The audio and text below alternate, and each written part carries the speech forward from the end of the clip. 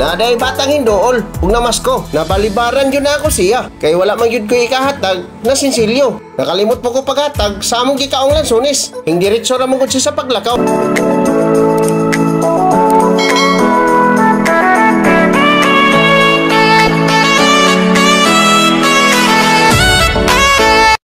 Nagpahangin day mi sa akong hanibibi diri sa boulevard kay init kay panahon ganinang adlaw. Mentras nagpahangin mi, nagpalit mi 1 kilo nga bulahan. Gitawag nila diri sa Surigao na lansunis. Wala na dayon intro hab-hab na dayon. Wala na yun mi nakapanumpaling sa tapad. Busy na dayon kaayo sa kinananay sa maong bulahan. Simi malas lang kayo ang among pagpalit sa bulahan. Ang paghakop sa fruit vendor na isagol daot. Medyo simi na alkansi yun mi kay tag 70 yun ang kilo. Dili yun nato na malikayan na may daot kay sila naman goy mo sa pagsulod sa salupin. Dili naman gud pwede ibalik kay nakuhaan naman nato, nahabhaba naman nato. Pagpadayon na lang ta sa atong pagkaon para makuha-kuhaan ang atong pagkalkansi. Dili na nato na pagkauna-unaon para makatabang punta sa atong isikaingon. Nalingaw jud ko sa pagkaon sa maong bulahan. Bisan na idaot, alamira man gyapon. Medyo simi na busog jud ko. Natagamtaman pud nako ang kabugnaw sa paghuyop sa hangin. Kay diri sa boulevard at bangkayo ang Pacific Ocean ug ang among tapad.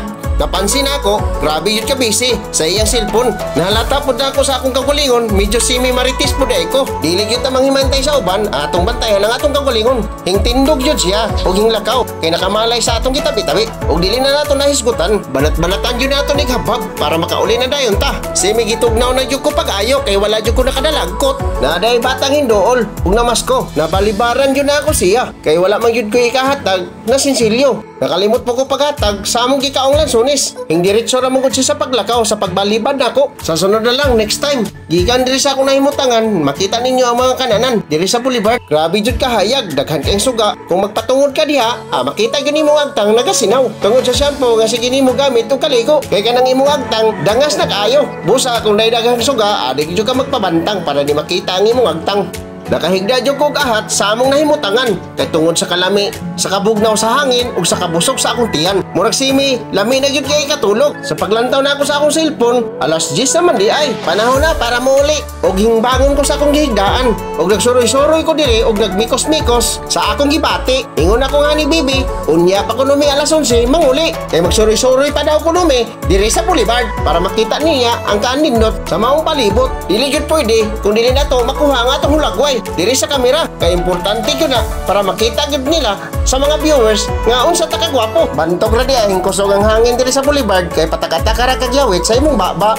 Ay salamat, nakauna-una ra gyud ang akong hanibibi na manguli na daw mi. Sa among pagpanguli, amog yung gibidyohan ang mga vendors diri sa boulevard. Gitawag po ni siya night market. Ang tanan nga nagtinda po diri sa boulevard, gitawag po na sila tiklop-tiklop. Ang ilang schedule sa pagtinda nila diri gikan sa alas 5 hangtod sa alas 10 sa gabi. Makapailin-ilin jud ka unsa imong paliton diri. Naay quick-quick, naay barbecue, naay paris, naay mami, naay lumi, at tanang mga makaon diri na gyud diri makita nimo. Og lami gyud kaayo. Kung kinsa tong nakakita ning video, alin na mo diri sa boulevard para dili na mo magmahay og dili mo maalkansi. Sulit kayo inyong pagpanuroy. Kay peaceful man kayo maong lugar og walay mga hilabtanon, safety na kayo ang inyong pagpanuroy. Ang atong kapulisan sa maong dakbayan, alerto 24 gyud ni sila. Dili po ni magpalupig ang atong mga barangay tanon. Utabang po ni sila bantay sa kalinaw. Basta naay kape o kasukal og naay pan. Kaning mga burluloy nga gikan sa Cagayan. Ang tagiya di ay ana, si Tata o si Alvin. Napoy mga baligya na mga klase-klase mga sapatos. Kung ganahan po ka mo inom og palamig, na special na buko juice, pineapple juice, orange juice, mango juice,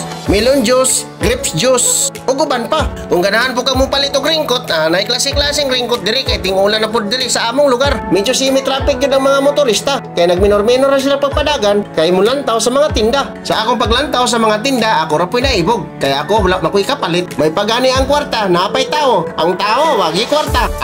Oy, busa kita kung piskay pa ang panglawas, manarbaho kita para makakwarta. Kaya kung dili ka manarbaho, wagi mo abot ta kwarta sa imong bulsa. ang ubang mga vendors na hinahinay na pagpanghipos. Kay muuli na sila sa ilang mga panimalay. Si mi nalingaw gyud mi sa among pagpanguli karon kay nakita gyud namo ang kaanyag sa among boulevard.